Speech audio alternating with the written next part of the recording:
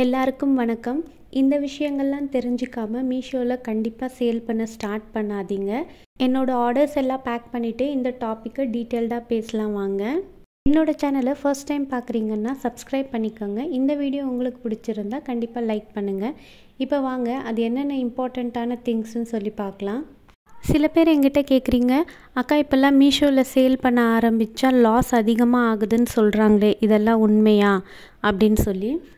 Beginner மீஷோவில் sale பண்ண start பண்ணுறீங்க, அதில் 90% பார்த்தீங்கன்னா ஃபெயில் ஆகிடுறீங்க. அதாவது நீங்கள் அதை கண்டினியூஸாக பண்ணுறது கிடையாது, ஸ்டாப் பண்ணிடுறீங்க.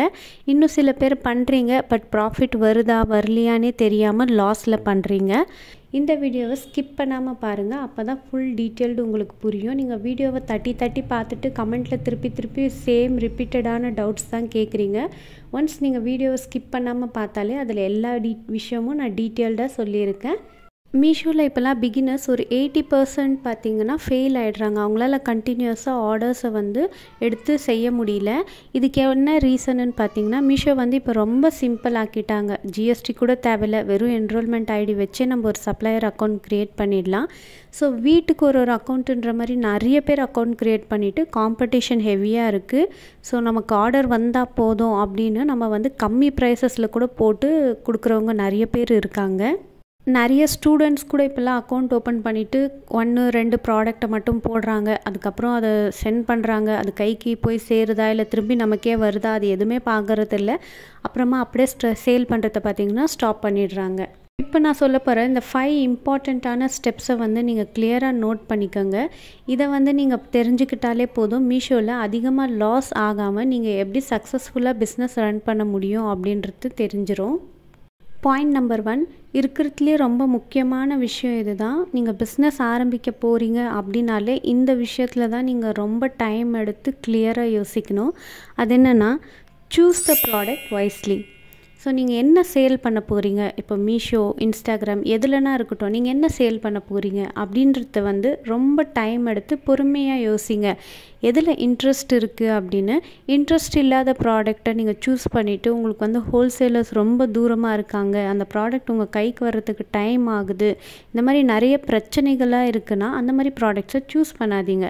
ஸோ மீஷோவை பொறுத்த வரைக்கும் ப்ராடக்ட் சூஸ் பண்ணுறது ரொம்பவே முக்கியம். என்ன மாதிரியான ப்ராடக்ட்ஸ் பிகினர்ஸ் சூஸ் பண்ணால் ஒரு சக்ஸஸ்ஃபுல்லாக ரன் பண்ண முடியும் அப்படின்ற டீட்டெயில்டு வீடியோ ஆல்ரெடி நம்ம சேனல்லேயே போட்டிருக்கோம். ஸோ அதோட லிங்க் நான் டிஸ்கிரிப்ஷனில் கொடுக்குறேன், தேவைப்படுறவங்க செக் பண்ணி பாருங்கள். இப்போ நல்லா யோசிச்சு நீங்கள் இந்த ப்ராடக்ட் தான் சேல் பண்ண போகிறோம் அப்படின்றது ஒரு டிசைட் பண்ணியிருப்பீங்க. நெக்ஸ்ட் அதை பார்த்தீங்கன்னா உங்கள் ஏரியாவில் அதோட ஹோல்சேலர் எங்கே இருக்காங்கன்னு ஐடென்டிஃபை பண்ணுங்கள். நீங்கள் ரொம்ப தூரத்துலேருந்தெல்லாம் அந்த ஸ்டாக் எடுக்க வேண்டாம். ஸ்டார்டிங் ஸ்டேஜஸில் பார்த்தீங்கன்னா கிட்ட ஒரு 10 to 20 கிலோமீட்டர்ஸ்குள்ளேயே ஹோல்சேலரை சர்ச் பண்ணுறதுக்கு ட்ரை பண்ணுங்கள். மீஷோவில் சேல் பண்ணும்போது நீங்கள் கண்டிப்பாக அதை மேனுஃபேக்சரர் ஒரு ஹோல்சேலர் கிட்டேருந்து மட்டுமே பர்ச்சேஸ் பண்ணுங்கள். சென்டரில் இருக்கிற மிடில் மேன் கிட்டேருந்து பர்ச்சேஸ் பண்ணாதீங்க. பிகாஸ் இப்போ அவங்க ஹோல்சேலர் கிட்டேருந்து வாங்கிட்டு அவங்க ஒரு மார்ஜின் வச்சுருப்பாங்க. ஸோ அதுக்கு மேலே திருப்பி நம்மளும் மார்ஜின் வைக்கும் போது அதோட காஸ்ட் அதிகமாகவும் கஸ்டமர் கைக்கு போகும்போது. ஸோ நீங்கள் டைரெக்டாக மேனுஃபேக்சரர் ஒரு ஹோல்சேலர் கிட்டேருந்து வாங்கும்போது அந்த மிடில் மேன் கமிஷன் கம்மியாகும். ஸோ கஸ்டமருக்கும் ஒரு நல்ல ப்ராடக்ட் நல்ல ப்ரைஸில் கிடைக்கும் போது தாராளமாக வாங்குவாங்க. ஸோ நீங்கள் மீஷோவில் சேல் பண்ணுறீங்கன்னா மிடில் மேன் கிட்டேருந்து ப்ராடக்டை கட்டாயமாக வாங்காதீங்க. Second point, learn to set the price. மீஷோலே நிறைய ப்ராடக்ட்ஸ் பார்த்திங்கன்னா 100 rupees கீழே கூட சேல் பண்ணுறாங்க. இவங்களுக்கெல்லாம் நிறைய ப்ராஃபிட் கிடைக்குமா அப்படின்னு கேட்டிங்கன்னா கண்டிப்பாக கிடையாது. பிகாஸ் அவங்க 100 rupees கீழே சேல் பண்ணும்போது மீஷோலேயே ஷிப்பிங் சார்ஜஸ் கஸ்டமர்கிட்டேருந்து கலெக்ட் பண்ணிடுறாங்க. அது இல்லாமல் அந்த ப்ராடக்டோட ப்ரைஸ் பின்ன அவங்க ப்ராஃபிட் ரொம்ப கம்மியாக தான் கிடைக்கும். இவங்க ஸ்ட்ராட்டஜி என்னென்னா, இவங்க ப்ரைஸ் கம்மியாக இருக்குது, அதனால் இவங்களுக்கு சேல்ஸ் அதிகமாக ஆகும். ஸோ அவங்க பேலன்ஸ் பண்ணிவிடுவாங்க. ஆனால் நம்ம அப்படி கிடையாது, இப்போ தான் பிகினர்ஸாக இருக்கும். ஸோ நம்ம இதே ப்ராடக்ட் மீஷோவில் கம்மியாக இருக்குது, ஸோ நம்மளும் கம்மிக்கு சேல் பண்ணலாம் அப்படின்னு நினச்சிட்டு நீங்களும் ப்ரைஸ் கம்மியாக கண்டிப்பாக போடாதீங்க. ஒரு ப்ராடக்ட்டுக்கு எப்படி ப்ரைஸ் கால்குலேட் பண்ணணும் அப்படின்ற டீட்டெயில் வீடியோவும் நம்ம சேனல்லையே போஸ்ட் பண்ணியிருக்கோம், லிங்க் டிஸ்கிரிப்ஷனில் இருக்குது. ஸோ நீங்கள் ப்ராப்பராக ப்ரைஸ் எதுவுமே செட் பண்ணாமல் நீங்கள் பாட்டுக்கு குத்து மதிப்பாக ஒரு ப்ரைஸை போட்டு விட்டுட்டிங்கன்னா ஏதாச்சும் ஒரு ப்ராடக்ட் உங்களுக்கு ரிட்டர்ன் ஆர் எக்ஸ்சேஞ்ச் இல்லை லாஸ் ஆகிடுச்சுன்னா அதை நீங்கள் பேலன்ஸ் பண்ணுறது ரொம்ப கஷ்டமாக போயிடும். இப்போ மீஷோவில் ஒரு ப்ராடக்ட்டுக்கு ப்ரைஸ் போடுறீங்கன்னா அதில் பார்த்தீங்கன்னா நீங்கள் டிரான்ஸ்போர்ட்டேஷன் சார்ஜஸ், உங்களோட ரிட்டர்ன் சார்ஜஸ், இந்த மாதிரி நிறைய சார்ஜஸை அதை கால்குலேட் பண்ணி தான் நம்ம சேர்க்க போகிறோம். நீங்கள் வந்து எதுவுமே கால்குலேட் பண்ணாத டைரெக்டாக இப்போ ஹோல்சேலர்கிட்ட 100 ருபீஸ்க்கு வாங்கின்னு வந்து நான் ஒரு 30 ருபீஸ் மார்ஜின் வச்சு 130க்கு சேல் பண்ண எனக்கு நிறைய ஆர்டர்ஸ் வந்துடும் அப்படின்னு நினச்சி மட்டும் கண்டிப்பாக செய்யாதீங்க. ப்ராப்பராக அந்த ப்ராடக்ட்க்கு என்னென்ன சார்ஜஸ் இன்க்ளூட் பண்ணி நம்ம மார்ஜின் சேர்த்து எப்படி ப்ரைஸ் செட் பண்ணுறதுன்னு தெரிஞ்சுட்டு பண்ணுங்கள். Third point, managing the returns. மீஷோவில் நம்ம ப்ராடக்ட் சேல் பண்ணும்போது ரிட்டர்ன் ஒரு எக்ஸ்சேஞ்ச் ஆப்ஷன் பார்த்திங்கன்னா கஸ்டமருக்கு அவைலபிளாக இருக்குது. இப்போ நீங்கள் ஒரு 5 ப்ராடக்ட் சேல் பண்ணுறீங்கன்னா அதில் ஏதாச்சும் 1 ரிட்டர்ன் வந்தாலுமே நம்ம வந்து அந்த லாஸஸை பேலன்ஸ் பண்ண முடியாது. இப்போ 5 ப்ராடக்ட் நீங்கள் சேல் பண்ணும்போது உங்களுக்கு எவ்வளோ ப்ராஃபிட் கிடைச்சிட போகுது? இப்போ ஒரு ப்ராடக்ட் மேலே 30, 50, 60 அவ்வளோதான் கிடைக்கும். ஸோ ஒரு ப்ராடக்ட் ரிட்டர்ன் ஆச்சுனாலும் அதோட ரிவர்ஸ் ஷிப்பிங் சார்ஜ் பார்த்திங்கன்னா 150, 160, 170 இந்த மாதிரி தான் இருக்கும். அது அந்தந்த கொரியர் பார்ட்னர் ஃபிக்ஸ் பண்ணுற ப்ரைஸஸ். எதனா ஒன்று ரிட்டர்ன் ஆனாலுமே நீங்கள் வந்து சேல் பண்ண 5 ப்ராடக்ட்டுக்கும் நம்மளுக்கு வந்து லாபம் இல்லாத வேலை செய்கிற மாதிரி தான் இருக்கும். ஸோ ரிட்டர்ன்ஸ் வந்து எவ்வளோக்கு எவ்வளோ கம்மி பண்ண முடியுமோ அதை நீங்கள் செய்யுங்க. ரிட்டர்ன்ஸ் எப்படி கம்மி பண்ணுறதுன்னு சில ட்ரிக்ஸ் சொல்கிறேன். ஸோ ரிவ்யூஸை வந்து க்ளோஸாக வாட்ச் பண்ணிகிட்டே வாங்க. கஸ்டமர் வந்து என்ன ஃபீட்பேக் தராங்கன்னு சொல்லிட்டு பாருங்கள். அதுக்கேற்ற மாதிரி உங்களோட ப்ராடக்ட் குவாலிட்டியை வந்து இம்ப்ரூவ் பண்ணுறது ட்ரை பண்ணுங்கள். நெக்ஸ்ட் பார்த்திங்கன்னா இப்போ நீங்கள் ஒரு ப்ராடக்ட் சேல் பண்ண போகிறீங்கன்னா அதை ஃபர்ஸ்ட் நீங்கள் யூஸ் பண்ணி பாருங்கள்.